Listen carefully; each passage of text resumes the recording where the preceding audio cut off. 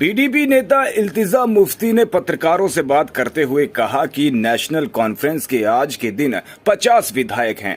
वे 5 minute में शराबबंदी लागू कर सकते हैं। जम्मू कश्मीर की जनता ने आपको इतना बड़ा जन आदेश इसलिए दिया कि आप उनकी हिफाजत करें।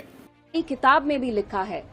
So I wanted to come here and ask him a few questions कि उमर साहब हर एक इम्पोर्टेंट मुद्दे पे आप यू टर्न क्यों लेते हैं? पहले आप अवाम को गुमराह करते हैं। दूसरी चीज, आपकी जो अवाम है, हिंदू हो मुसलमान हो, कोई भी शराब पीना नहीं चाहता। तीसरी चीज, आप कहते हैं कि किसी भी सरकार ने यहाँ अल्कोहल बैन नहीं की।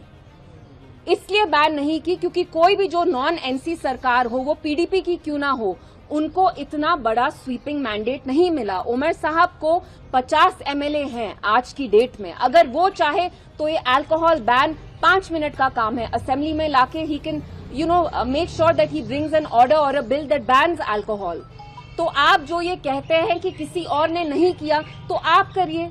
जम्मू कश्मीर की आवाम ने आपको इतना बड़ा मैंडेट इसलिए दिया ताकि आप उनकी जान की हिफाजत करें, उनकी लाइफ सिक्योर करें। अल्कोहल बैन लाइए, आप क्यों नहीं लाते हैं आप? तो मैं आके यहाँ आपसे यही सवाल पूछना चाहती थी, क्योंकि हमें लगा जो उनने कल ये बेतुकी बात की, सुबह उनने यू टर्न लिया, तो उमर साहब आप कितने यू टर्न लेंगे?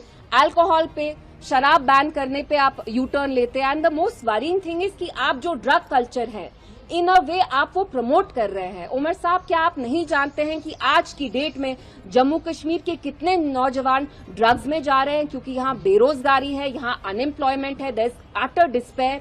आप कहते हैं कि मैं थोड़ी ना इनको रोके हुए हैं, इनके हाथ थोड़ी ना मैंने बंद किए हैं। तो आप मुझे बताइए, फिर जो इतने सारे ड्रग पेडलर्स हैं, वो भी मुड़ के यही कह सकते हैं कि भाई आप मेरा घर क्यों बुलडोज कर रहे हैं? मैंने किसी नौजवान को जबरदस्ती पकड़ के उनको ड्रग्स कंज्यूम करवाए। तो मैं यहाँ आके उनके स्टेटमेंट के बारे में बात करना चाहती थी, और मैं उनको ये हिदायत दूंगी कि खुदा का खौफ करें। जो यहाँ मेजॉरिटी लोग हैं, मुसलमान हैं, कम से कम उनके सेंसिबिलिटीज और जो उनकी तहजीब है, उनकी इज्जत करिए।